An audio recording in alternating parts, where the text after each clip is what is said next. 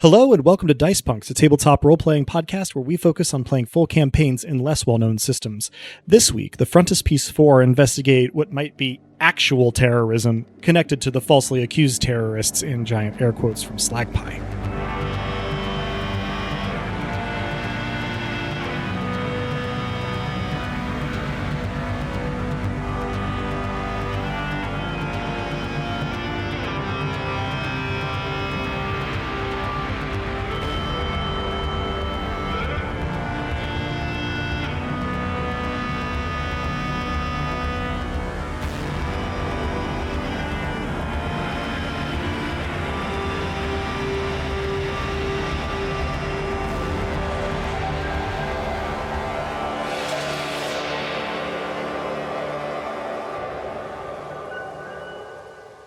Hello and welcome. I'm Adam, your friendly neighborhood game master, and joining me are... Hey, I'm Drew, and I'll be playing Cato Burke, aka Hecate, a fixer in your friendly neighborhood fixer kind of way, perhaps confronting a thing that it might be too late to fix. My name is Robin, and I'll be playing Callisto Armitage, sometimes Officer, sometimes Revenant, and I definitely need a new bed for these. Note to self. Hi, I'm Dez, and I'll be playing Matchstick, or Luke Byrne, and some chucklefuck just put out my eyes in the city. Hello, I'm Nick. You might remember me from when I started introducing myself a few seconds ago, and I'll be playing Ing, the android. I do remember you. That's what happens. Hooray, that's good news. You always managed to destroy me. Not even into the actual episode yet, and I'm just... Yeah, how are we making formal commentary and like saying things about memory and 2 seconds in? All right.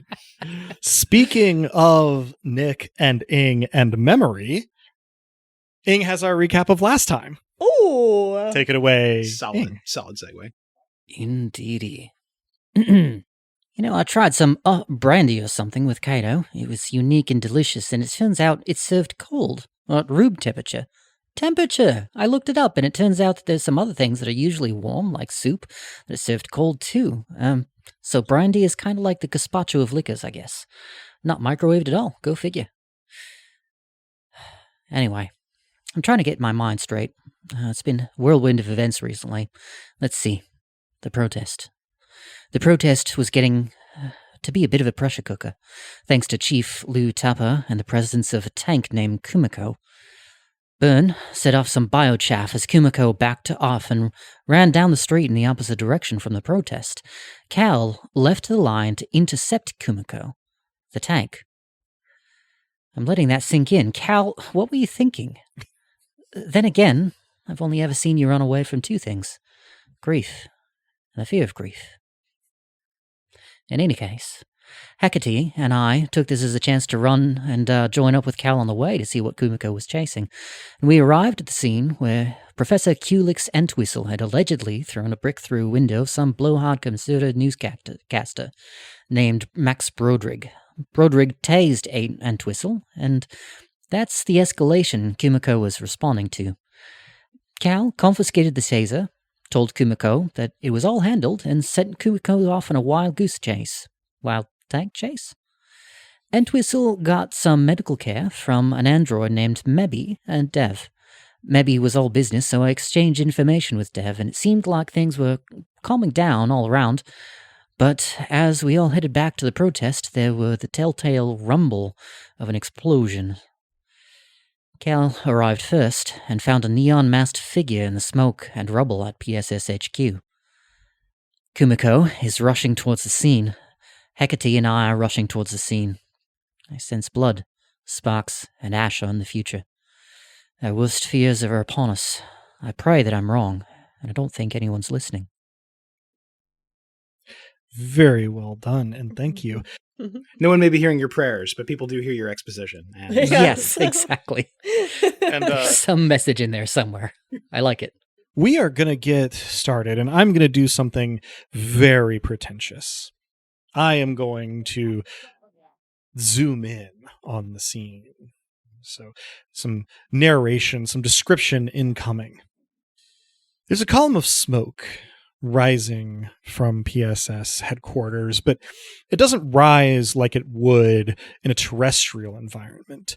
The slow spinning of the cylinder and the recirculation of air means that it's actually kind of trailing to one side and also sort of toward the center rail and then back down. Though no one in our group of player characters can see it from that view. But if we were to be looking down from the spinal railway of Grand Cross on this scene, we would see the billowing smoke coming up from not quite the center, but near the center of Selden District. And as we pull our view in down towards Selden District, we can see that there are many people in the streets, particularly in the vicinity of this column of smoke.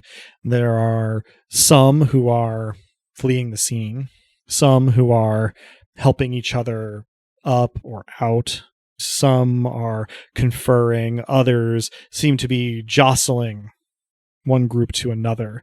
You'd also see coming in on a sort of intercept path a four-legged, roughly spider-shaped riot suppression tank galloping without saying anything towards the source of the smoke. You'd also see a very large android and an almost as large augmented human nearing the space where most of the pedestrians are concentrated, nearing where the smoke is coming from. You might, if you were very sharp-eyed, see some drones whizzing about overhead or crawling along nearby. And if you follow the smoke all the way back to its source, you would see older PSS officers standing more or less alone, the nearest other person being a, for lack of a better word, costumed individual coming out of the aperture in the building that the explosion has created, wearing a fairly incongruous plague doctor mask and some dark kit that has red LED strips down the shoulders, sleeves, and pants legs. It is a dramatic, if somewhat cartoonish figure looming out of the smoke and the steam. And amidst all the chaos, this moment between this officer and this figure is oddly quiet in the aftermath of this extremely loud explosion. We're going to pick up, I know we have some other things to see to, but we're going to pick up first with Cal, beholding this figure sort of looming out of the smoke and the sprinkler steam and the shadow in the hole in the back wall of PSS headquarters. No one else has caught up to you just yet. I casually rest my hand on my gun, not yet drawing it, but brace myself behind the riot shield and say, "You must be H, I take it?" The mask is frustrating here even more than the smoke, because all you can really see is that this figure sort of cocks their head. Whatever expression they may have is lost. But their response is to brandish some kind of short single-edged blade that appears from behind them with a sort of flourish, and say in a heavily electronically distorted voice, "Don't know what you're talking about, but this could be fun."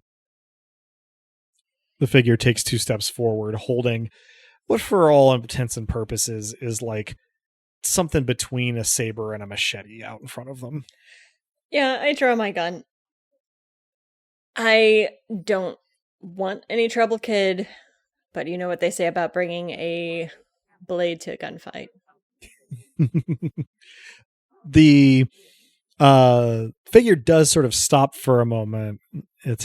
Their head cocks in the other direction, and they laugh, which is a sort of discordant warble through their voice distortion. And they say, "Don't think that's going to help quite as much as you want it to." You should know Kumiko is coming. Are you with Law Zero? An android, I take it? They sigh, and the tip of the blade sort of clinks to the ground. And they say, "All right, well, fun's over then," and start sprinting at a 45-degree angle to your left. This is about the point, Ing and Kato, where you are coming around the corner and you see this figure just kind of like take off, and you see sort of the back and side of Cal posted up. Is it possible for me to take a shot at their legs without potentially firing at Ing or Kato? Yeah, no, they're coming from a different angle than this is going to be actually. Okay. I'm going to try to take them out. The geometric wonder of triangles. Mm-hmm. Indeed. So I anticipate that the combat move that you're going to be doing here is pin down, making a ranged attack, then pin your target down to the beginning of the next turn. If that target takes any action that doesn't involve getting into or staying in cover, including moving, if they're not moving into cover, you may take an additional ranged attack against it. I'm minimal to that. However, I am trying to shoot them in the legs. I do understand that. Okay. I am picking the move first. That's okay, There is gotcha. not a called Go shot for the move kneecaps. here. All right. That is Go for the distinct eyes, from just boo. making a ranged attack here. Now, this arena has the tag distracting because of all the smoke and steam and debris and sprinklers and such. So you are going to make any ranged attacks at disadvantage. Mhm. So you're going to roll in order to attack 2d6 plus quick. Okay. And do I also add my perk for my gun go pew pew? That sounds like you will be adding it, but I need to still scroll to it in order to tell you. What a name. It is, in fact, connected to... Yes. Okay. Yes, you would also add your +2 for my gun go pew pew. Okay. So +4 total. I got a 5 and a 4, so that's 9 You plus 4 need is to roll 13. an additional die for disadvantage and take the two lowest. Okay, there we go. Apologies, you said disadvantage, and then... So it's still going to be a 5 and a 4, because I rolled another 5. Okay. 5 and a 4 plus your 4 is 13. All right. So you fire at this figure's legs, and pretty immediately you sense that your guess that this individual might be an android is likely to be accurate, because the rounds that do hit their legs sort of spark and ping. And for their part, your target sort of takes a stumbling, leaping roll behind a municipal garbage can, and sort of yells in that distorted warble, "Come on, officer, I was trying to leave the scene." Now, Kato, Ing, you also have the opportunity for some actions here. I'd like to just trail and observe. Okay. Which doesn't mean that I'm staying out of danger. I'm just, I'm trying to make sure that if this person gets away from this scene, then not from my perception. So trying to perhaps cut them off, perhaps send the drone swarm out, something to get out and ahead, but not necessarily trying to stop them from fleeing the scene. Can we still cut this person off? We are two large people. Yeah, well, if coming you roughly this way.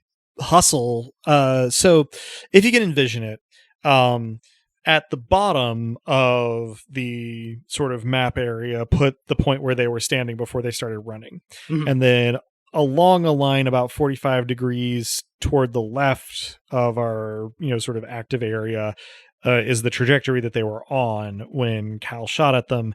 And Kato and Ing, you have come around sort of into the right hand side of this, sort of area. So there's Cal in front of you, and then beyond Cal, but not quite as far up from the bottom, in quotation marks, where the perp started, and then that's where they're in cover on the other side of Cal. Okay, yeah, so I think a fiddler crab enby the size of an industrial refrigerator is going to try and intercept All right. the fleeing person. Very good. Ing, I would like first a robotics roll from you. Clever plus robotics for you is +6. So 2d6 +6 to incorporate your drone swarm effectively into this surveillance in short notice. Ooh, that is Snake Eyes. 1 and 1. All right. So +6. you are a little bit frazzled in that you are trying to pull your swarm in from a variety of directions in the sky and on the ground, and sort of position them. And I mean, it's taking shape, but it is going less efficiently than you would want it to. I might also add that in the wake of that explosion, it's kind of stirring up some memories for me, that in the wake of an explosion, there's just kind of a lot of flashbacks of blood and gunfire and repudiation. It's just kind of all swarming in at the same time, the past intruding onto the present for me. Certainly limiting your bandwidth to manage your collective with. Then, Kato. I think at this time, we are not necessarily going to have you make a combat move, because you're going to spend this whole turn just sort of sprinting. Yeah, makes sense. Kind of across the active play area. But next time, we may pinpoint either grab or rush as your moves. If you have the rulebook, those are on page 45. Now, Burn, while this is going on, you are hunkered down in the basement and have just lost your camera, sort of panopticon on the area around PSS HQ with a cheeky little message that said, "Sorry, smiley face," superimposed on the footage. You've had a brief exchange via sort of IM with K and B, who has not filled you with confidence, suffice to say. Yep. Anything in the short term? I will respond to K&B with, look, at a minimum, I need to know where my fucking people are. K&B responds with, cameras are out for me too, but I'll see if I can't find out who did it. In the meantime, if you need eyes, probably hoof it. With a little slanty frown face in that message. It's a series of messages, not all one message.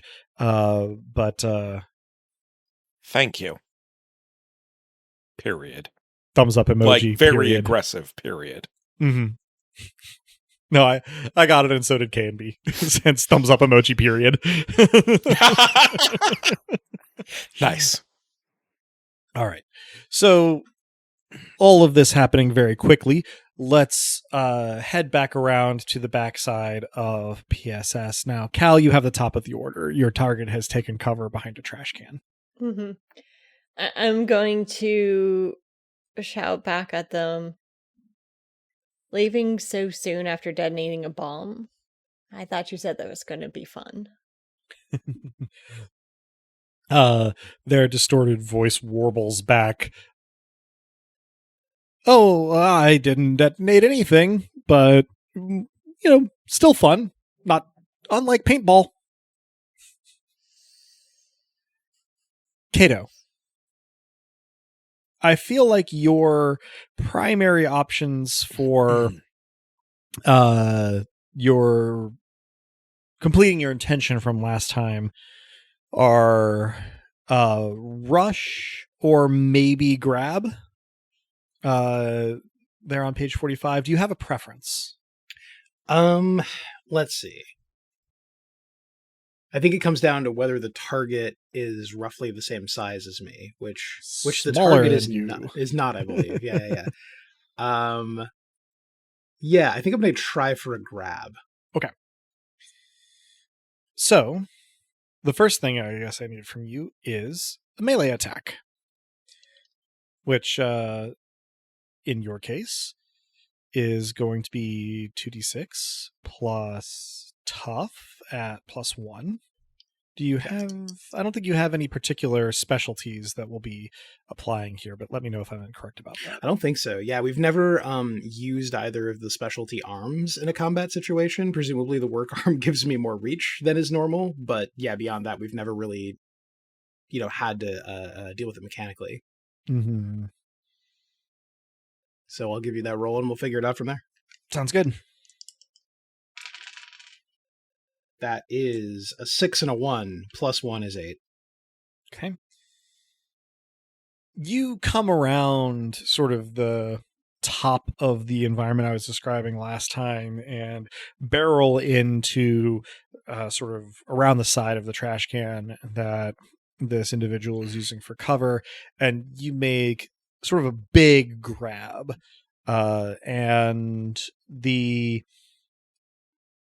figure behind the trash can is not like small by absolute standards, but smaller than you, size of a slightly larger than average, like baseline human, but is quite nimble and attempts essentially to kick the trash can over in your direction. This does not exactly pan out as it just sort of spins out a little bit, but it does propel you past this figure while the target of your grab sort of scoots out of your direct line. And one of the disadvantages of being big is having inertia, so you have to sort of scramble to stop and turn around. Ing, you are still engaged with trying to sort of establish monitoring here. But the outcome of Cato's failed grab here is that the target of your grab is attempting to turn the tables on you and use this short sword, I guess, that they have on you. Let's see. I think this is going to be in the offing a distract roll. So Cato, this is going to be versus your quick defense. Okay. Which I think is baseline. I think I have quick +3, don't I? Oh, the defense. Right. That's correct. Yeah. Defense is baseline. I don't think many of us have really gone much into defense. I have some cool defense due to my various criminal activities. But anyway, it doesn't help me here. So yeah, I'll be rolling against your quick defense of 10 here with this character's melee attack, which is also a quick in their case. Get back to the appropriate section. I'm going to make this lovely rolling sounded. All right. So they do attempt to use this trash can maneuver to sort of give you a distraction while they try to slash at you. But you are, sort of situationally aware enough to scramble in a slightly crab-like way out of the way of the slash, even as the trash can sort of sails through your space. I probably shout as this is happening, a combination of swears and also just an unintelligible rant. Well, that does actually bring it back around to your action as well. Oh, we're not checking in with Burn again? I mean, not this is combat. happening quite a lot more rapidly than everything that's happening with Burn. Oh, okay. So we're managing the time scale as best I can. The thing to make note of is that the last time you used the pin down action, so you'll need to use a different action this time. Okay. I am going to try to distract this individual. I'm going to make a ranged attack and also say, hey, don't you think your attention should be on the cops that are trying to arrest you? Sure. Remember that ranged attack is still a disadvantage because of the arena tags, so roll 3 dice and take the 2 lowest. I really... well, that sucks. I had a 5, but then I had a 3 and a 2, so 9. All right. And on top of that, they'll need to make a cool save or become distracted. Let's see. All right. So while they do manage to, sort of leap a little bit and not get hit by your fire, they are baited into paying attention to your conversation and say, cops, well, I only see the one, and I guess 2 vigilantes? Where are your friends anyway? The speak and spell voice got me. Getting a little bit better at it. In the meantime, the turn that they have is going to come after Kato's. Sorry. Kato gets first. So you can't grab again. But can't grab again. Can I try to close the distance? Or is this individual sure. gonzo? Yeah, you can rush. That's fine. Yeah, let's do that. Yeah, so take your melee attack roll once again. Okay.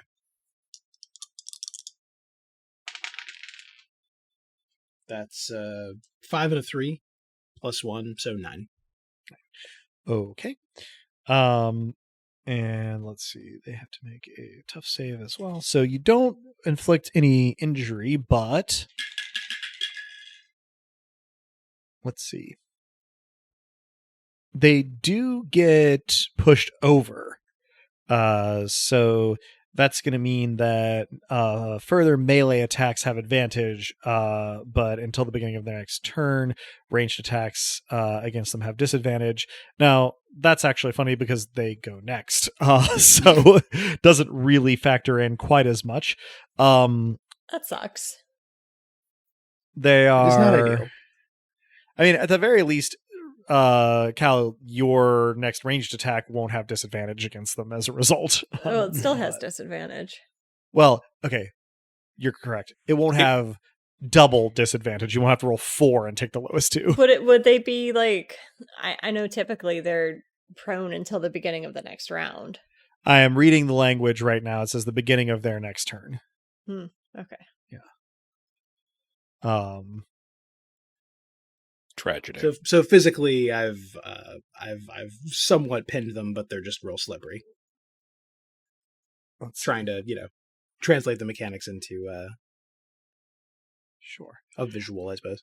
Mm-hmm. So they are going to take the move run away.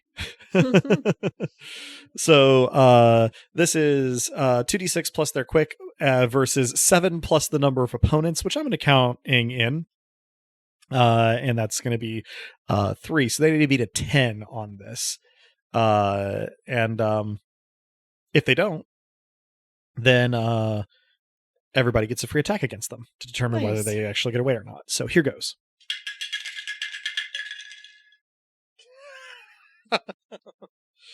I actually have to look it up here because I forget if ties go to the roller or not. Let me double check here. Equal to or higher than. All right. Yeah, they got a 10 exactly. So hate to see it. Let's see.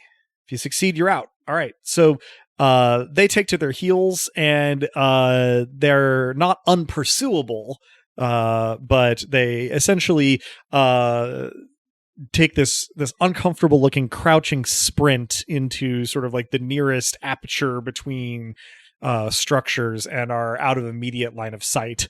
The trick here is that they don't bother to get up before they do this. After having been knocked down by Kato, they just scramble on all fours, starting to rise as they go.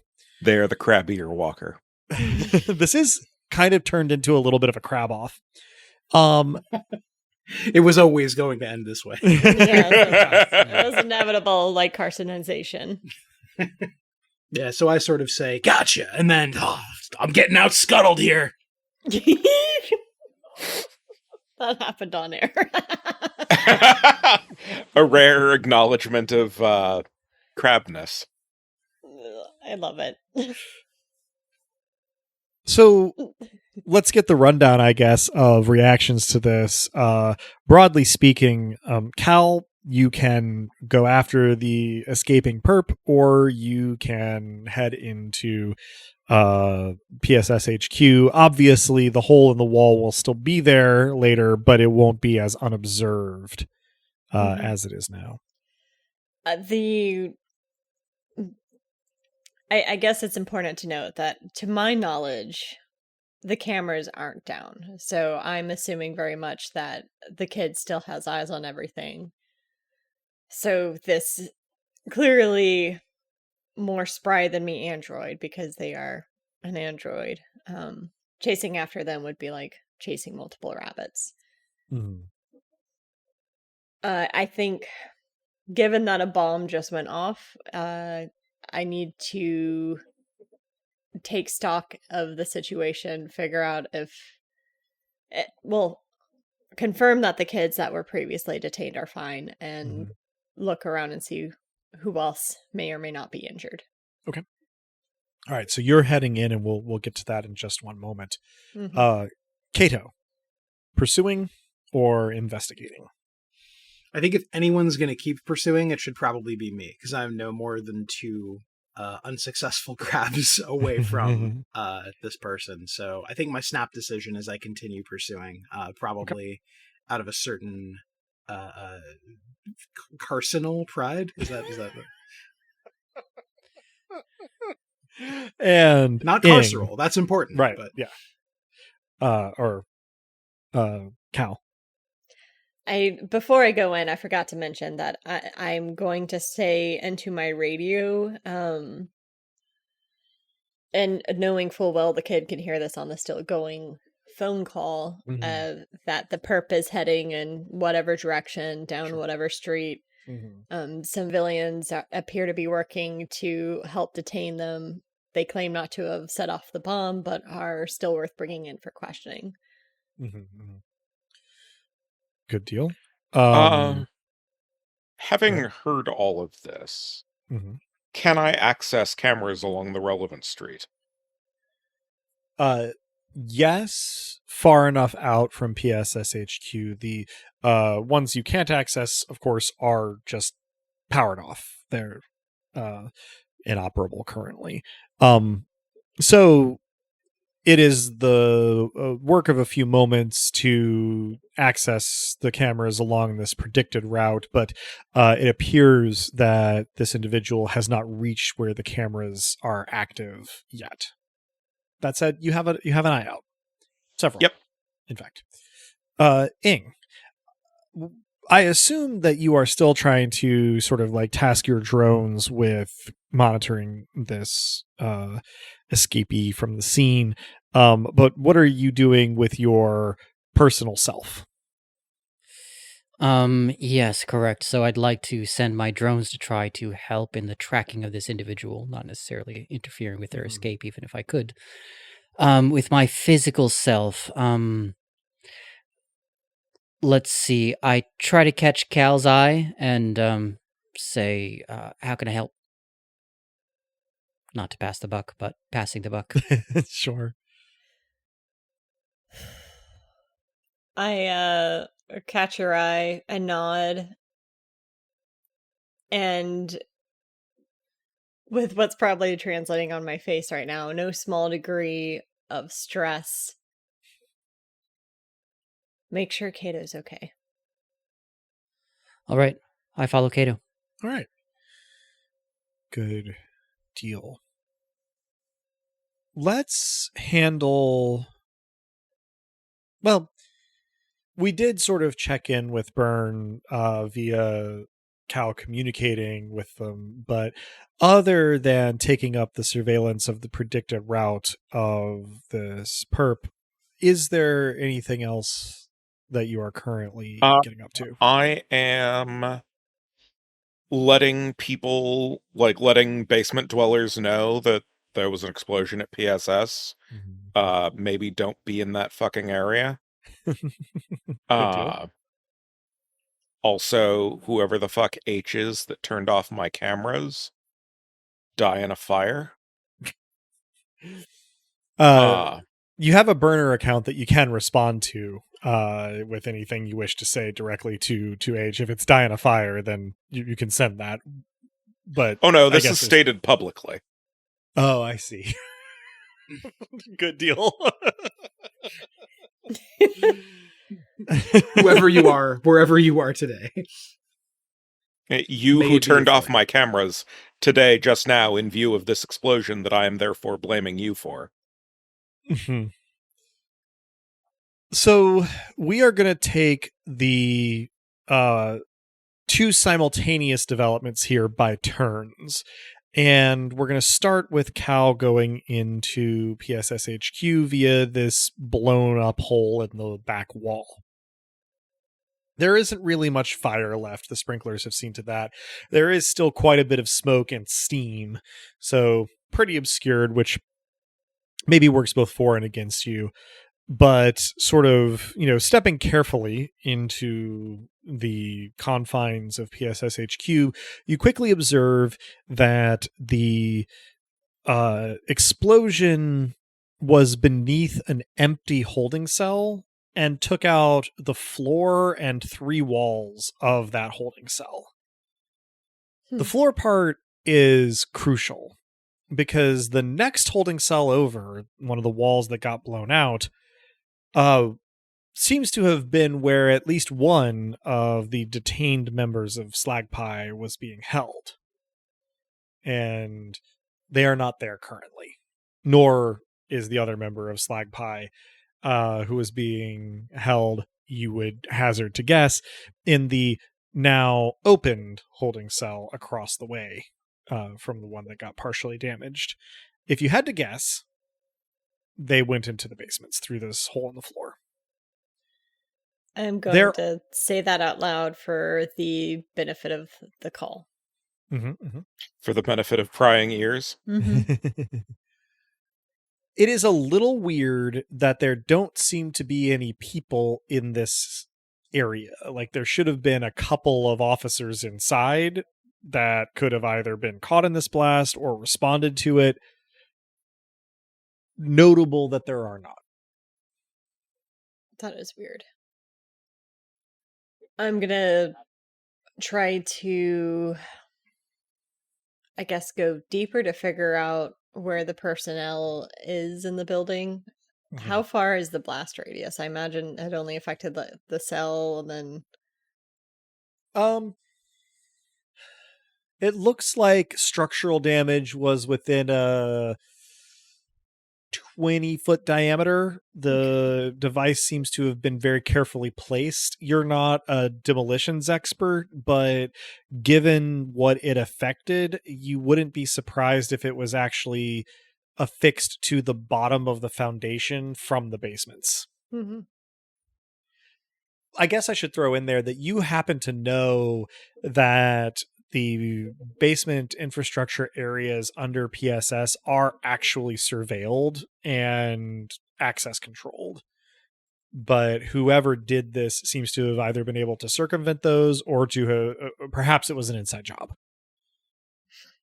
I'm narrating this out loud at a grumble the whole time and stop when I start proceeding deeper into PSS. Okay. we will pick up with you as you proceed past this initial tableau after we check in with our pursuit. Now, Ing, it took your drones a minute to get marshaled. Your attention and just kind of general with itness was a little scattered, but you're sort of starting to kind of center yourself again, and the collective is zooming ahead to try to figure out exactly where this plague masked individual is and where they're heading. Meanwhile, I'd love to get from Kato a quick roll. All right. 2d6 plus 3. That is 9 plus 3 is 12. All right. Give it a quick roll, a literal, for our fleeing suspect. Okay. You are able to keep them in sight, but you don't feel that you are gaining ground. They are smaller with less inertia, and they are taking some tight turns through these alleyways, seemingly deliberately. I say to the nearest drone, I'm not sure about this. Ing, your groundbound drones are just about keeping pace with Kato, but your aerial drones are able to catch relatively frequent snippets of the fleeing suspect, helped out by the glowing LED strips on their outfit.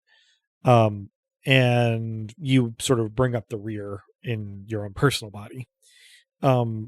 It seems as though the suspect is doing more of trying to lose a tail than trying to get anywhere in particular, unless anywhere in particular is somewhere that the two of you are unaware of, which is possible at the very least. Burn, you have gotten some information from Cal.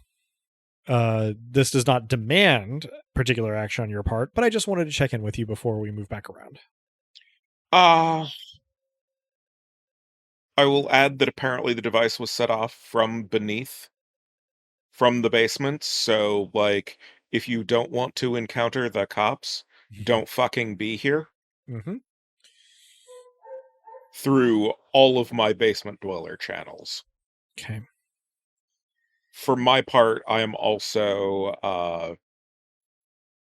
heading away from PSS headquarters. Okay. Probably toward, like, the district edge. Okay. Good to know. At about this time, I will update Cal and Kato that I am possibly stepping outside of PSS jurisdiction. all right. Around this time, it'll be very faint for Cal, so probably you will notice it, though it may take you a minute to place it. Kato, Ing, you'll also hear this more clearly. Burn, as you are in the basements and moving away, you won't. Automatic gunfire is happening somewhere in the vicinity. Ing, in particular, with the benefit of your aerial drones, you can also hear the sounds of panicked people, though they will not carry to inside PSS or in the alleyways or in the basements. This gives particularly Kato and Ing, though second order perhaps Cal, an opportunity to react to this sound. These sounds in Ing's case. You do not have to, of course. You have other things you're doing, but I'd like to send the smallest maybe 4 members of my flying swarm, continuing after the suspect, but going for surreptitious, maybe one of them very obvious and the others trying to make it seem like the suspect has lost pursuit. And the others trying to lull him into a false sense of security and actually continue to pursue. Okay. The remainder of the swarm, I would like to zone in on that gunfire. All right. As you start to triangulate, it becomes clear that it is coming from the intersection in front of PSS HQ. Kato, particular reaction? Yeah, I think that sound knocks me out of the reverie of this probably hopeless foot pursuit. Like, shit. And alert the fixer network, that things seem to continue to be escalating. Yeah. Okay. And see if anyone knows anything more than I do. Mm-hmm. See if I can shout to Kato, change of plans. Mm-hmm. Got to go back. Yeah, with you. So can I tell that the fire is coming from towards the front of PSS from where I am? Would it be faster for me to push through the building? I'm going to rule that whereas if I, in my real life human body, were in this scenario, I would probably mistake it for coming from the back of the building because that's where the opening is. Mm-hmm. And so it would sound kind of a little more immediate from there, that you have experience as Cal that I do not, and would be able to figure out that this was coming from the front. And so, yes, pushing through PSS HQ is going to be probably the higher likelihood, the better percentage for you. Okay, so I'm going to push through. That takes priority. Okay. And I'll add that I say, yeah, with you. And then I say, fuck. I'll close as behind as I can be. Burn. Yes. About 5 seconds after the actions we have just described, you will get on your camera feeds monitoring the route that the escapee was taking a very quick dash of red LEDs out of an alley across the street at an angle to a basement entrance, and they disappear into the basements. You can mark the entrance that they used. Yeah, I do, and telegraph to others that perps in the basements, not near me. Good deal.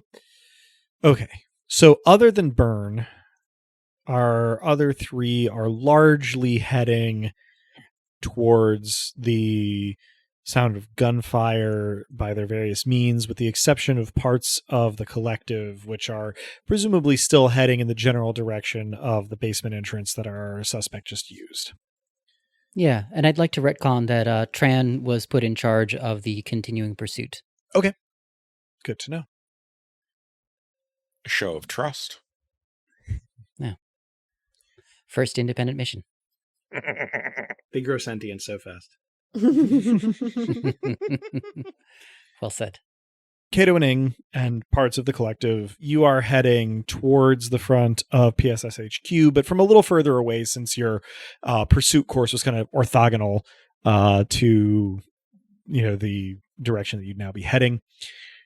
Cal, you move from kind of the back areas of PSS HQ through into more of the front areas.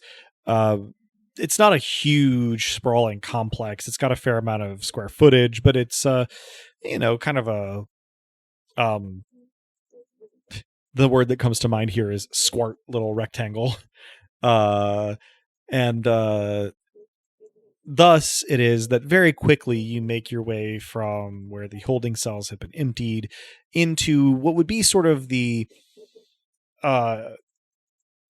employee and utility sections just before you get to the public facing areas, which were, proximate to the intersection where the protest was taking place. You were brought up short as you come into this area because the hallway you're taking leads you directly past Lou Tupper's office, and the man himself is in evidence.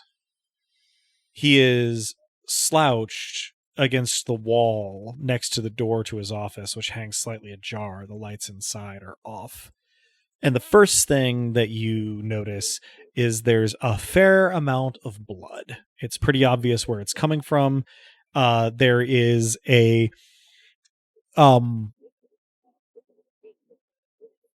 deep enough to be worrying slash wound from his right shoulder to about his solar plexus.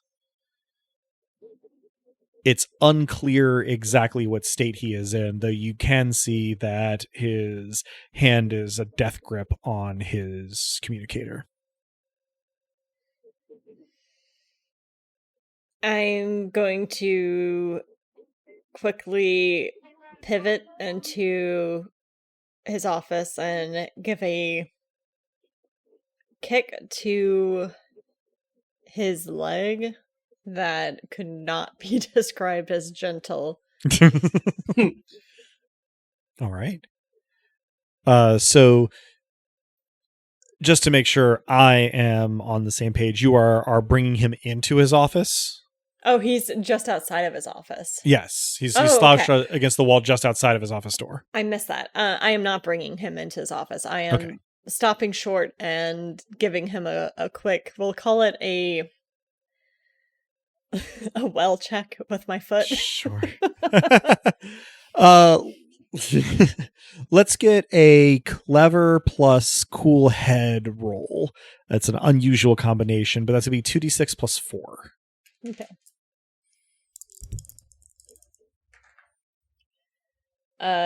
So 6 plus 4 is 10. Okay. So you clock pretty quickly that he's still breathing, though it is pretty labored. His eyes look a little glassy, but as you sort of nudge him with your foot and give him a once-over, he blinks a couple times and his eyes swim around a little bit before they lock on you. And he takes a really deep kind of labored breath, seemingly in preparation of saying something. Though you do have a chance to do whatever you're going to do next before he gets the words out. I just ask if he knows who it was. He lets part of the breath he just took out in a hacking laugh. He goes, some fucking Ren Fair goddamn piece of such a little sword. You gonna patch me up or what? There's gunfire up front. Are you stable? I don't fucking know. It's like my hands are cold. It's just my luck. This Officer fucking Armitage. I smirk. I wouldn't call it luck. He makes a sound that you think was an attempt at a snorted laugh, but it doesn't really come together. And he says with less energy, guess you're just gonna stand there and watch me bleed out then? Didn't think I was that bad a boss. Lou.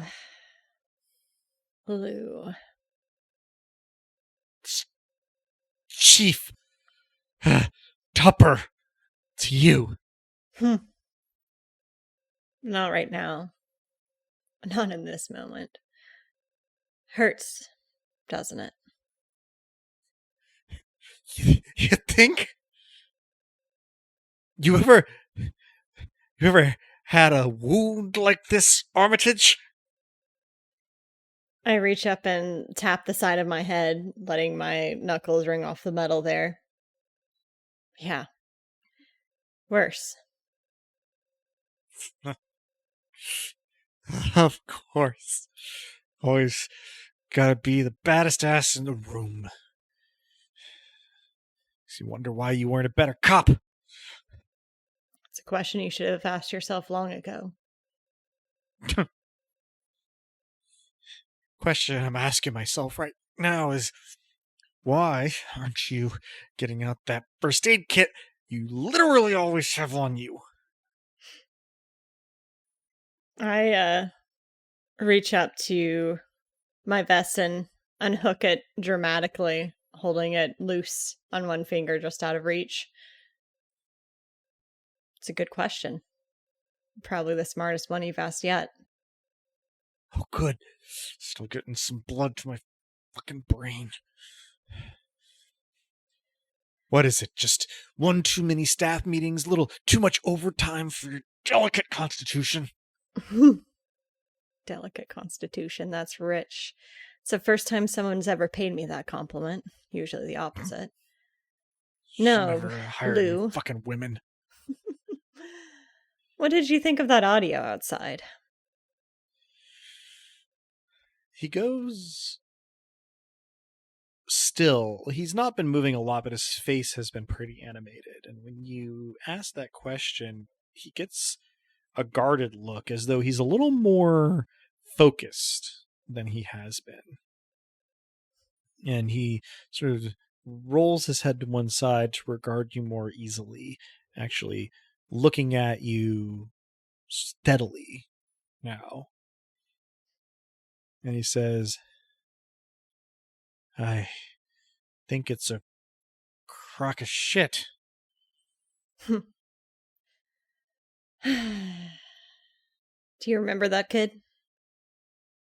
What the? Yeah, I guess. Never thought to ask any questions about him? Just fucking malcontent, robo-loving. His head sort of dips and he recovers and he says, why? You knew him? Never thought to ask if he had family?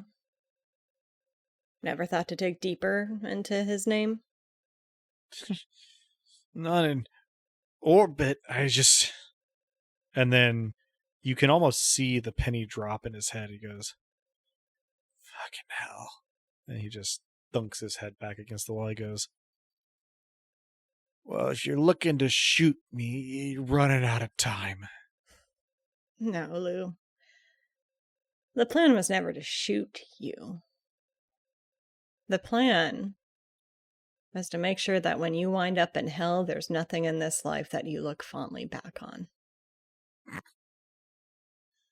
Oh, well. Gonna look a little more fondly back on giving you demerits, that's for fucking sure. He sort of sighs. Head dips forward. He snaps it back up. He goes, no, this isn't gonna change shit after this shit show. It's just gonna be IMX. It's the only reason I've kept you around for so long. Oh. The great and powerful cow. Maybe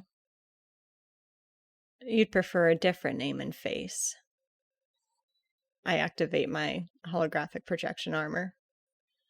The sound of it coming on seems to kind of pull him back into a greater level of lucidity. And he focuses with a lot of blinking, and he goes, son of a bitch. Oh, that's rich. You know what? I'll give you that one, Armitage. All this other posturing, it's bullshit. But that stings. How long? Since the beginning. Shit.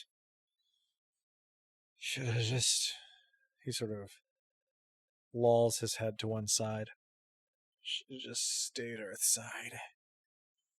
Yeah, Lou, you really should have. You working with that beak motherfucker?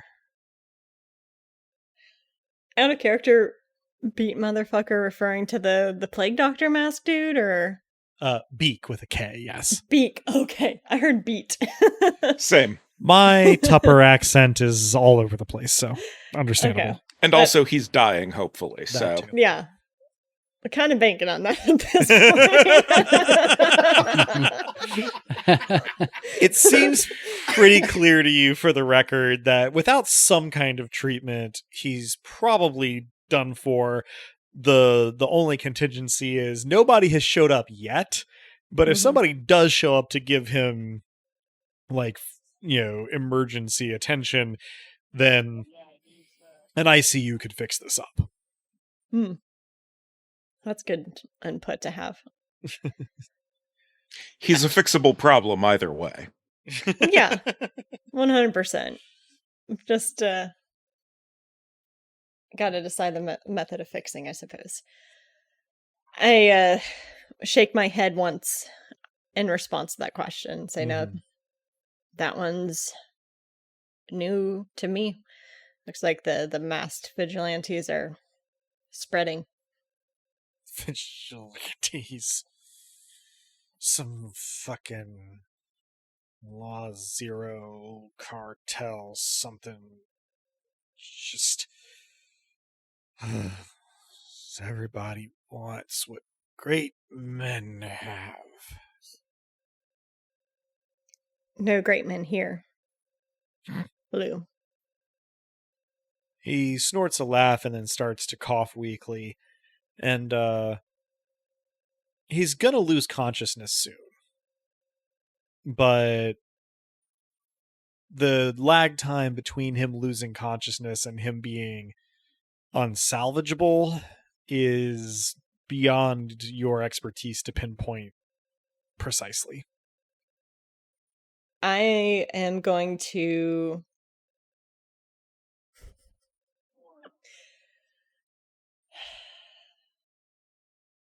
I'm going to tase him.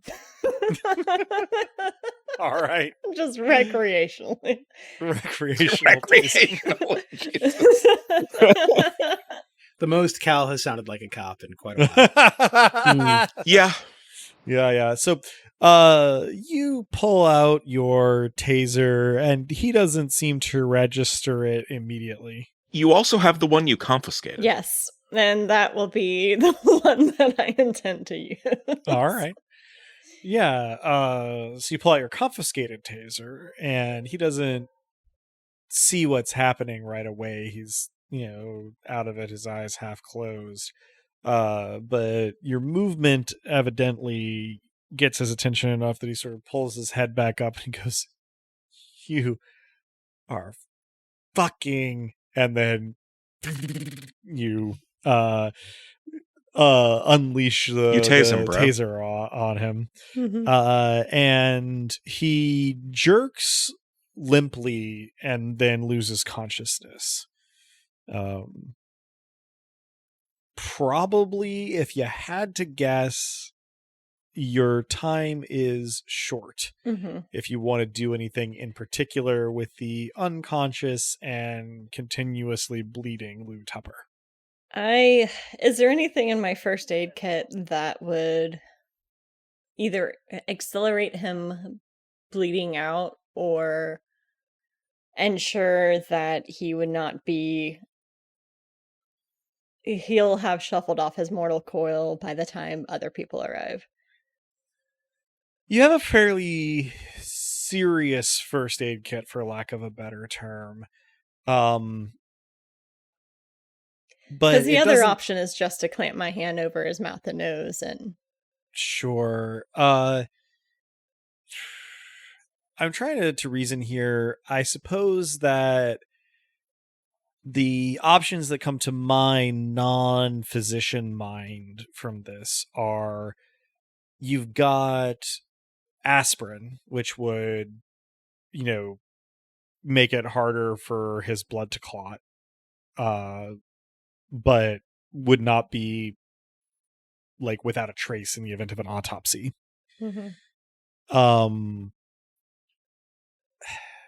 It seems to me unlikely that you have enough of any serious painkiller to just overdose him on it in a first aid kit, especially since they don't typically have like just straight up morphine in them. But, if the goal is maybe to asphyxiate him, you have some options in terms of trauma kit stuff, that may serve as like a barrier between you and him, or something that you could like set and forget while you get out away from the scene. Otherwise, I guess you probably do have like a scalpel and some hemostats if you just added a smaller wound to the larger wound. That could do the trick. I'll go for that option. Okay. There isn't a roll involved here, and I certainly wish to leave the sort of tonality of it to you, but what you have is essentially a small, very sharp scalpel blade. The wound that he's got passes relatively near where his heart is, but doesn't go through the ribs. So what you would be doing to be most effective here is probably either trying to use it to puncture a lung pretty decisively or directly into one of the ventricles of his heart.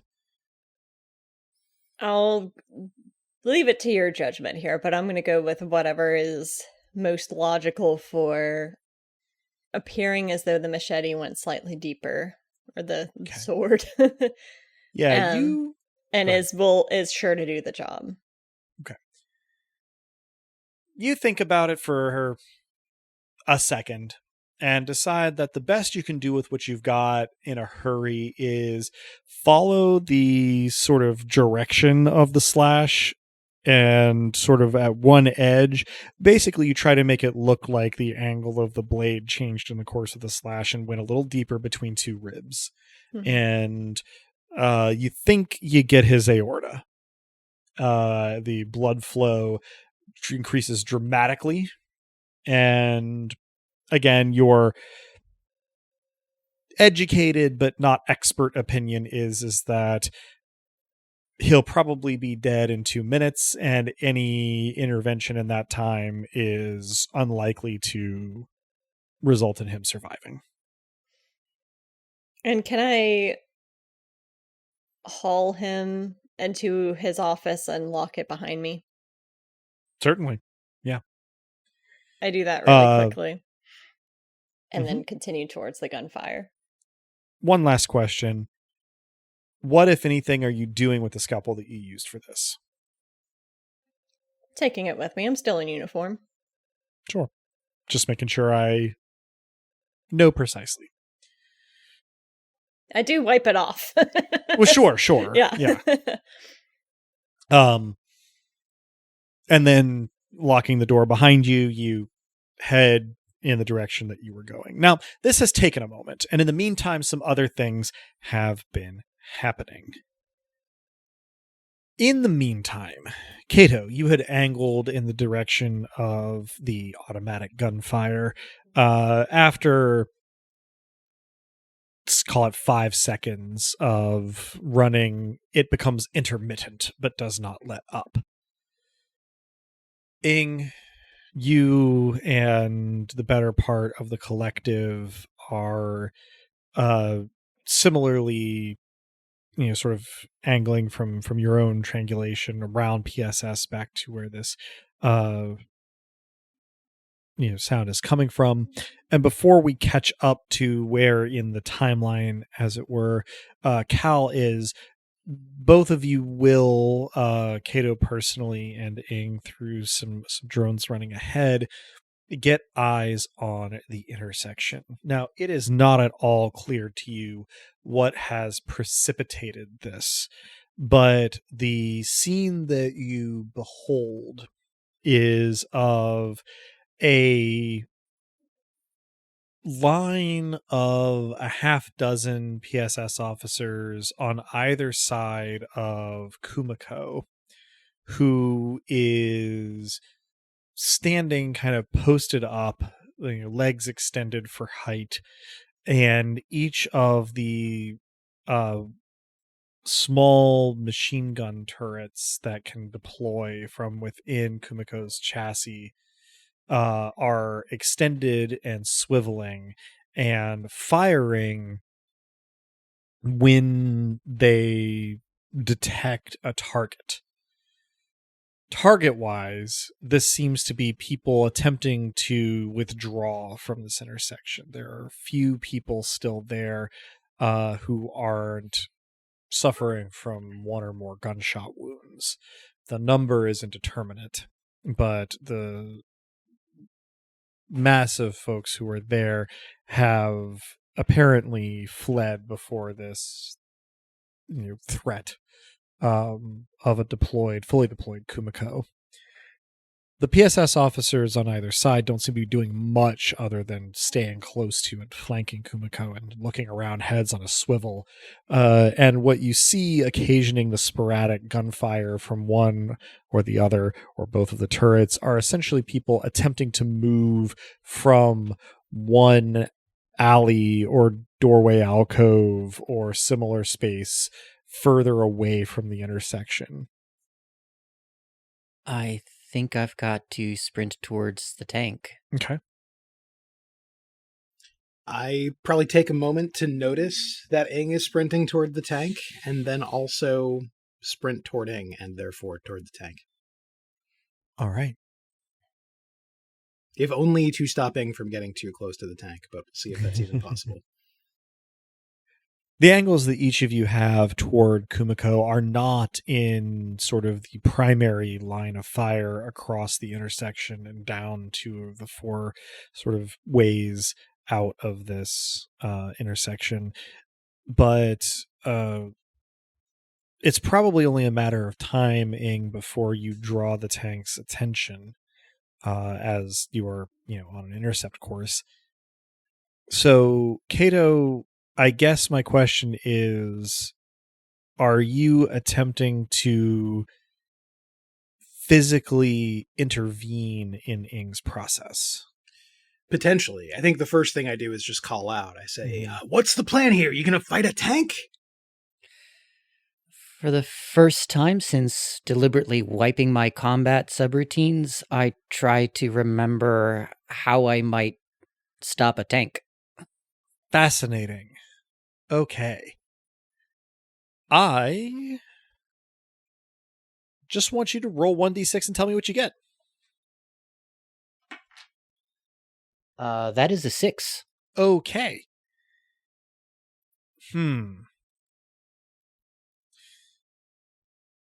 Oh boy.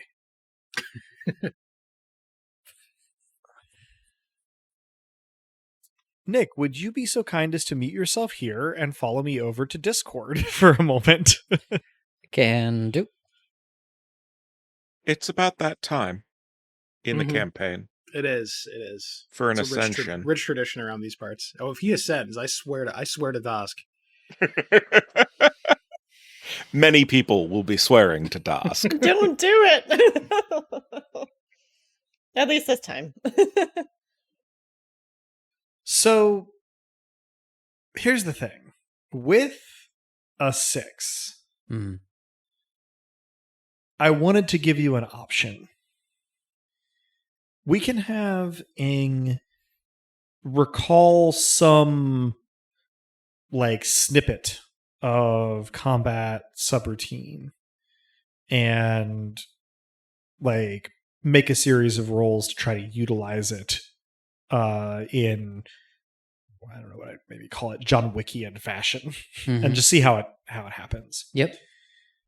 I wanted to give you the option, though, if you think it is an idea that you like and is, I don't know if this is the moment for it, that we can have it such that Ing, per se, just loses consciousness here. And Ing's combat subroutines take over. And whatever happens, man, happens. Yeah. Both are good options. Give me a sec to process between the two. Take your time. Yeah. Oh boy, the looks on faces here. I'm trying not to look. All right, I'll stop mentioning it then. I think Let's go with the second of the two. I think that's the more dramatic of the two. I think both have possibility. I could see, grappling with trying and failing. But yeah, I think that I black out. Okay. All right. Kato, the response you get is inscrutable. For a brief moment, without pausing at all, Ing looks in your direction with, Ing's whole countenance is not that expressive or mobile by human standards, but you get a sort of... Here's a fun question. How much of Kato can still get goosebumps? 30%. All right. That is 30% higher than I thought. This is going to be an odd question. Which 30%? Give me maybe the two most contiguous locales that can still get goosebumps. Thighs.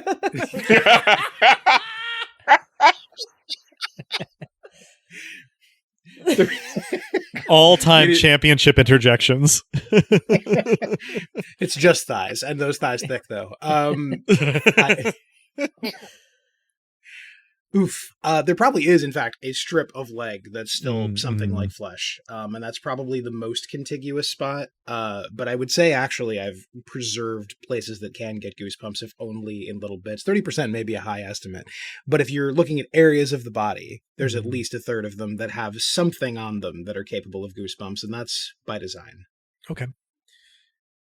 All of them do get goosebumps. I suppose it's up to you whether or not the sensation of goosebumps concentrated on some leg makes you stumble in this case. But something is a little off about Ing's face. And it really just instantly hits you full force. And in that moment, Ing's body language changes from person running to machine accelerating. And before you have a whole lot of time to process or anticipate, Ing crashes into the half dozen PSS officers on the near side of Kumiko. The turrets have started to swivel in Ing's direction, but have not begun firing by the time his chassis gets essentially inside of their firing arc. The PSS officers are... what's the word I want to use here? A Twitter at his approach, but end up sort of being sprawled out collectively in one way or another, some leaning against Kumiko, others falling on the ground, others just stumbling backwards. The ones on the other side don't seem to realize exactly what's happened yet, but Ing sort of does a ducking slide underneath Kumiko and catches something on the underside of Kumiko's chassis, and you hear the tearing of metal. Now, in this brief interval, have you changed your actions at all, or are you still on an intercept course with Kumiko? I am not. I am taking cover at this point. Okay. Something changed the moment I saw Ing's face, and I realized that whatever the outcome, there's about to be shooting, an explosion, shrapnel, something violent is about to occur. So I am trying to get out of the line of it, and I am saying, shit. Loud and clear. Maybe not. Maybe not loud and clear in world, but well, yes, that's what's happening. To me, it's loud and clear. You can't tell from your vantage point exactly what is causing the noise that Ing is doing, but in the next couple of moments, a few tear gas grenades that PSS officers were carrying start billowing from their harnessing, evidently the devices were activated without them moving, from their sort of tactical webbing. And so the PSS officers, whose riot gear does not include gas masks, immediately begin to yell and cough and stagger on both sides of Kumiko. Kumiko is moving in a sort of uncertain, stomping, not quite circle, and you hear more screeching of metal on metal. The tear gas billows, and you can't see very much, though you can see the muzzle flashes as Kumiko's turrets begin to flash, and you hear the reports, and you duck back down behind cover because it seems like they may be just firing wildly. Then they stop, and you hear some metallic stretching and popping. And then, for the first time in an interval, you hear the PA system on Kumiko begin to speak up. It says, "Please refrain from damaging this unit. This unit is doing its level best to try and maintain order in this area, and you're..." Followed by some clanking sounds. Tear gas is still obscuring your vision, and you've lost sight of Ing entirely. It's eerily quiet now that the intersection is mostly deserted, the distraction having afforded everyone who was hiding from the line of fire GTFO. I don't dive for the tank, but I don't GTFO either. I send the group a quick message, knowing that could include Ing, and say, "I'm safe, and I think Ing is in the tank."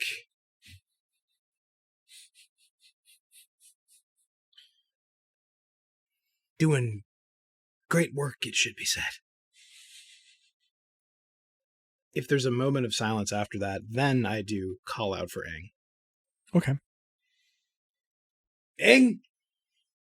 That was impressive, but are you square, buddy? No immediate response, and we'll check back in with the two of you in just a moment. Cal. Mm-hmm. About the time that you emerge from the front of PSS HQ is about the time that the last sound of screeching metal is fading away. So you hear Kato call into the silence, unbroken but for the retching of PSS officers in the vicinity of the tear gas grenades. Burn? Immediately after receiving the "I'm safe, but" text, do I have anything that's recording sound on Kato? I don't think so. We've probably discussed this. We don't have an open book. Yeah. I can turn on a recorder if I want to be recorded. And that's often, but not all the time. Yeah. Certainly not if we're at a protest. I'm not recording myself. Then when I see "in the tank," I will just say, "Remember crime names," in quotation marks. I see that just after calling out for Ing and go, shit. Cal? I am quickly donning my gas mask and stripping my uniform of any form of identification and sprinting into the smoke and gas. Okay. After Ing. I'm not calling out Ing's name, though. Of course, yeah. No, you're not an idiot.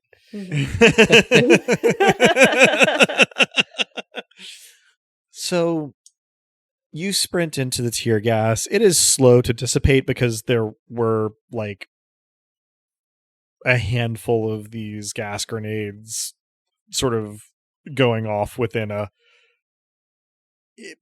area smaller than the room I'm sitting in right now. And there's not a lot of breeze currently in this part of the station. But you do get, sort of directly to the heart of the cloud here, and you see that by some means, apparently Ying has stripped a panel that's usually fairly well concealed from the underside of Kumiko's chassis and pulled the cyberpunk equivalent of an entire fuse board out. And then found the weakest point of articulation on the retractable gun turrets and snapped them off. Kumiko has not deactivated, but has kind of gone into an SOS mode. There is a small flashing light going that you assume accompanies a wireless transmission for help. It is not entirely disabled, but is ineffectual presently. Now, Nick, Ing is in this vicinity. You have started to sort of come back to yourself. You're surrounded by coughing and wheezing PSS officers and the sort of slowly creaking and whirring form of Kumiko, and you can hear the footfalls as you see a gas-masked Cal emerge from the cloud of tear gas in front of you. How does Cal find you?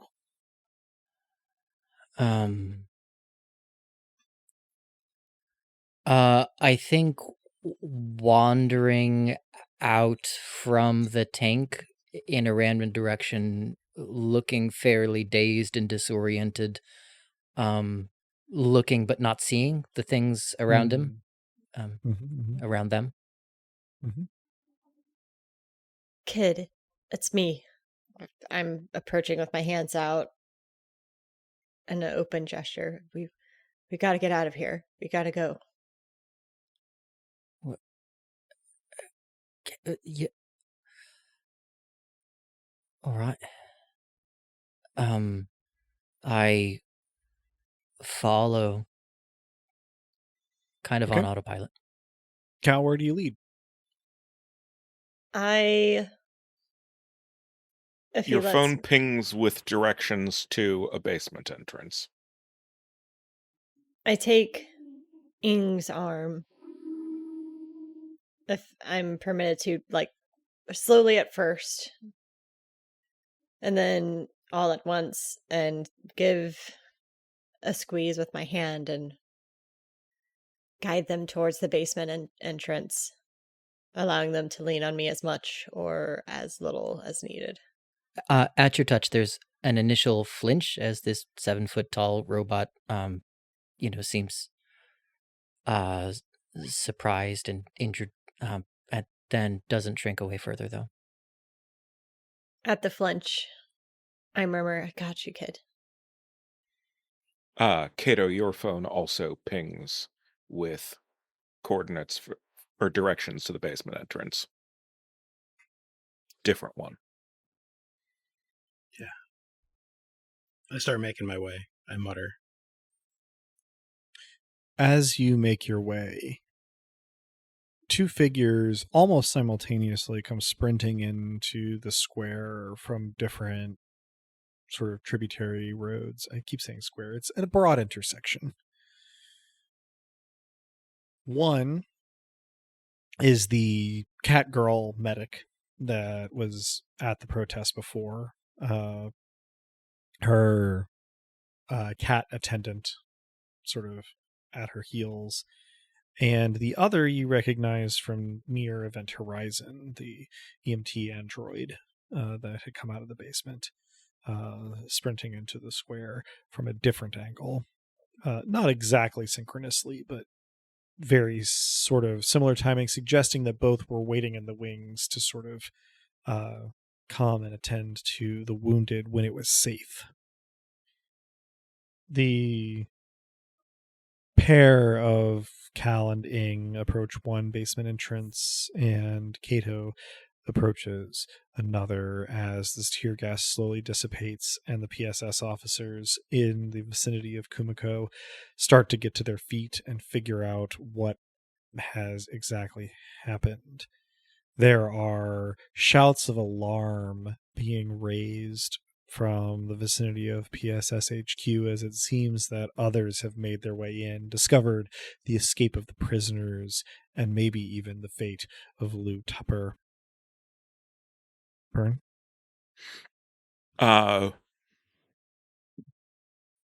Less urgently than the directions to the basement entrances, I give directions from each of them to where I am, sort of midway between them.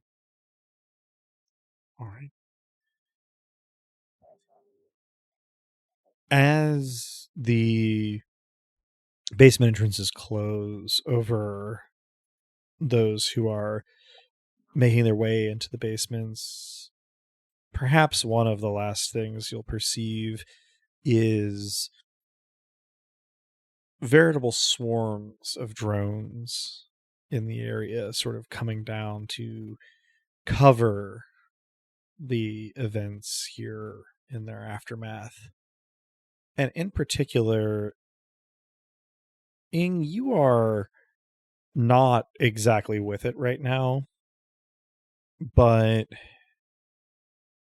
you are aware in an oddly sort of clear way that comes from your attention sort of not being focused on any one thing right now,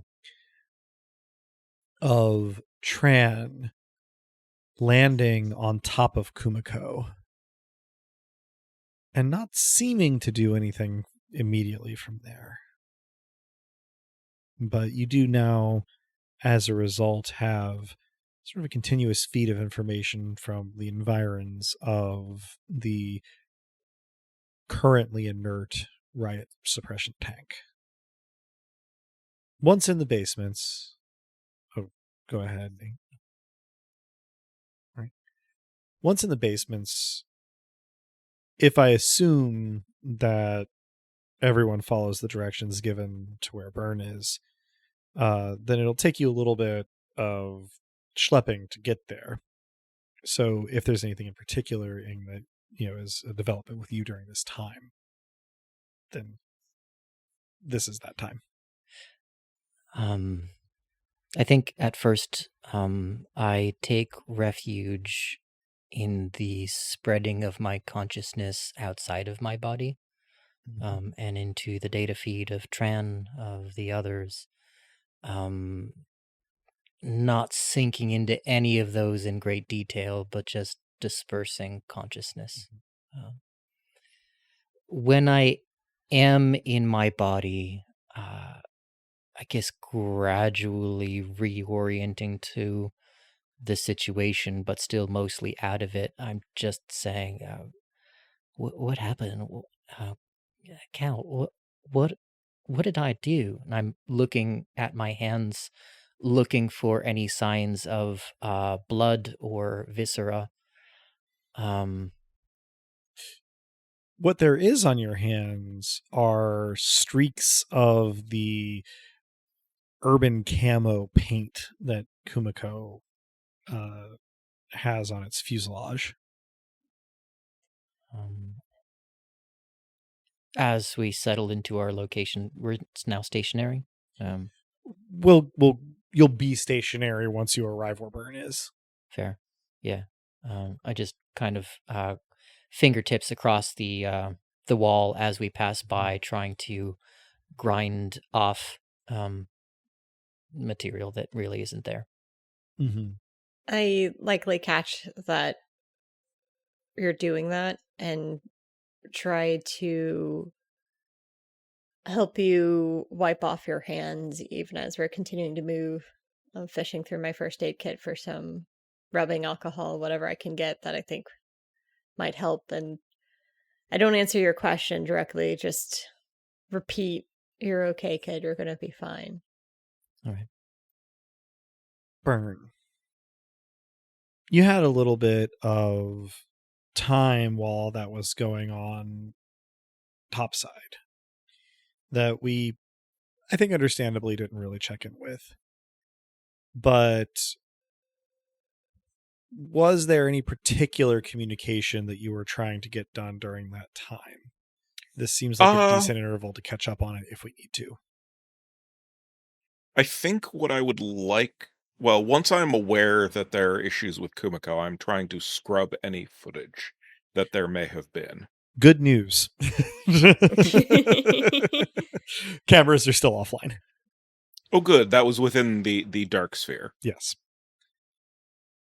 H is still on thin ice, but fine. I will relay no footage, so there's that at least. And then 15 seconds later, that message is deleted. Mm-hmm. And, like, I hope it comes as sort of red by this point, but when I say message is deleted, like, at sort of the server level. Yeah. Mm-hmm. That is my understanding. Traceless, yeah. When I see that, I do breathe a little bit of a sigh of relief after my slip. But as I'm approaching the point where we're all meeting, I realize for the first time that I'm afraid to look at Ing's face again because I'm not sure what I'm going to see. Mm-hmm. Ing, you are at least vaguely aware of inputs through Tran. Like you said, your sort of attention is diffuse for the most part here. And it's through Tran, particularly perched on Kumiko's chassis, that you become aware that a number of IMX branded drones and bots have arrived at the intersection in front of PSS HQ. There are a handful of those little screen boys, like was outside the frontispiece and got wrecked by Tama, and two of what you initially sort of have a stronger reaction to as thinking they're leapers, but a second glance will show that they are bulkier, if not larger of frame, and without the various tendrils that the leapers use. They're in IMX colors and branding. They are much more like the real world Boston Dynamics little dog bots that the leapers kind of take their cues from. Also IMX branded here. The PSS officers seem to be having gotten up and out of the tear gas cloud, just kind of milling about. And a couple moments after the IMX equipment enters the area, Tran, without any particular instruction, which is not totally unusual given how your drones are configured, takes off and sort of hovers at a fairly high altitude, keeping some kind of watch over the area, but with less detail available to Tran's sensor array. Your other drones are more spread out in the general vicinity and not as proximate to goings-on. At about this time, not exactly simultaneously, but quickly enough that we don't have to break it up, everybody converges on Burns' location. I immediately pull Ing into a hug. Again, kind of stiffening at first, and then collapsing into it. That probably takes both of us slightly down to the ground, but the hug does not cease. Cal is sturdy, Ing is very large.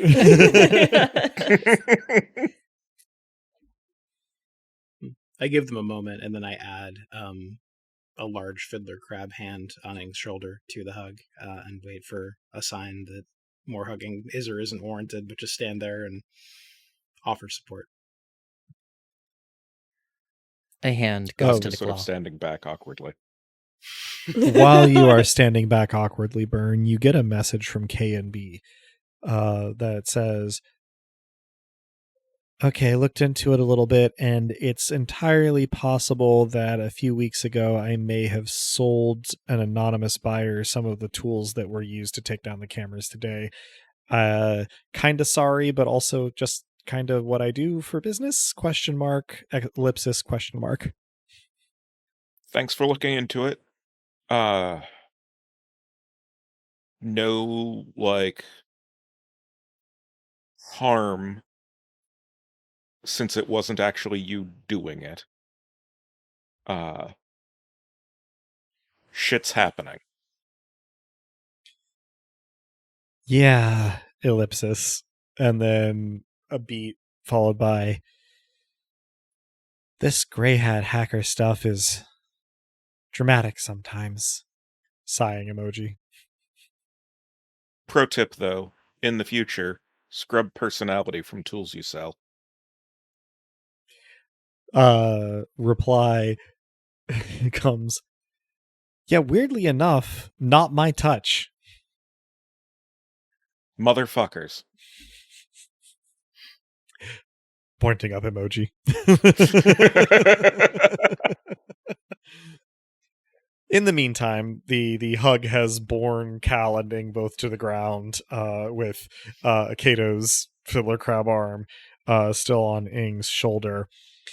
I sort of bend over forward, work suite wise, such that the arm stays on the shoulder. I'm at probably a very strange angle. Yeah. And No, Ing's you're just golfing. Ing's hand does reach over to the hand on the shoulder to clasp it as well. And after a few seconds, reaches out in the general direction of Burn. Without looking. Reaching out in the general direction of Burn without looking, you actually find yourself clasping a hand unexpectedly because Burn is further away than that. And suddenly, everyone here becomes aware, where they weren't a moment ago, of Apatia standing there, holding Ing's hand and sort of smiling a chrome smile at Ing.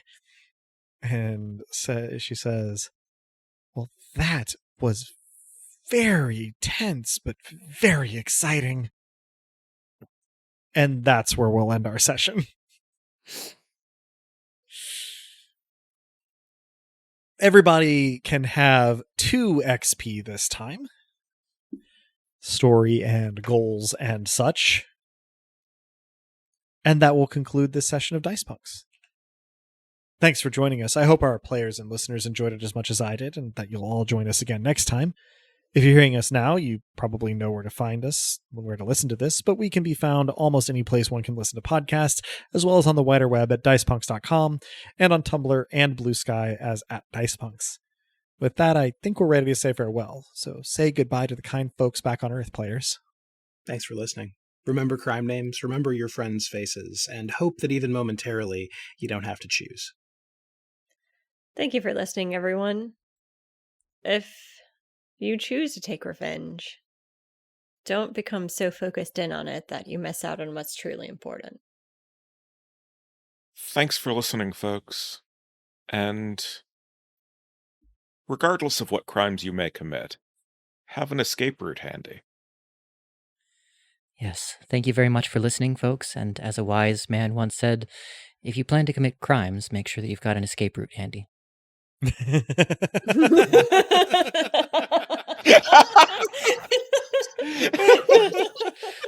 the fuck, Mick?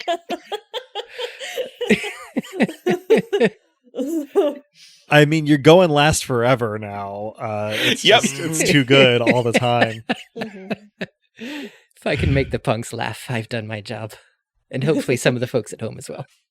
I'm sure I can only speak for us, but it's pretty much batting 1,000. And as the poet once said, the machines that kept you alive were careless. Did you ask them to forgive you before you passed on?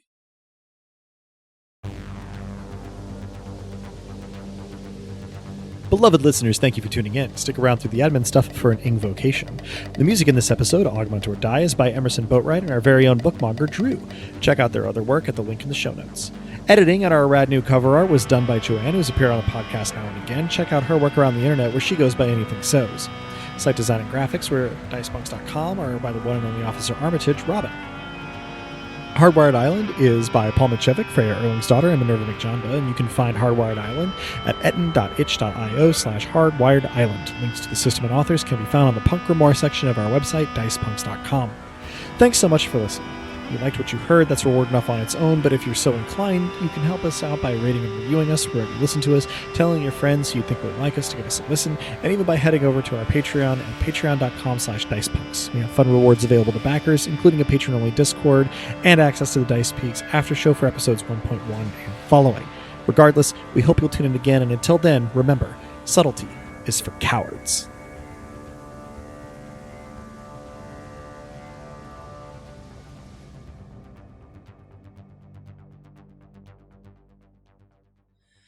All right, listen up, collective. Things are heating up over the protest, and so, gosh, it just kills me that I can't join, but at least I'm going to go and hang out with Kato. Look, I know that I'm not your parent, Tran, in a physical sense, but I'm just the person that happened to be there when you were born. But if you were born, and I'm not just talking to myself. In any case, something on my mind. This is probably presumptuous, but it's not impossible that sharing a bit of my own journey might be of interest to you, or might even help you someday with decisions that you make about you and who you are. I hope that you'll make your own decisions when you're ready, but for what it's worth, here's one that I'm making. You might have noticed that most humans treat us differently than they do each other. When they see all of this metal, the first thing you see on their face is either revulsion, fear, or hate, the moment they realize that you're not just a mindless robot, that is. The more open-minded of the bunch might stop to ask themselves whether they're judged too quickly. Maybe you were born human, but you just had a fully body prosthetic due to some accident. Your brain might still be organic, they think. You can see it on their face. It's not subtle when you've seen it so many times. That kindness can hurt more than the naked hate that pours from others. At least that's honest, and you know where you stand. So it's time for a little push. Some people replace their flesh with synthetic augments. I'm going to replace my augments with a little flesh. The people who view that as insulting and subversive are the very people I'd like to hold a mirror up for. How much flesh does it take to induce discomfort? How much discomfort does it take to instigate change? You, me, and the hand are about to find out, my little collective.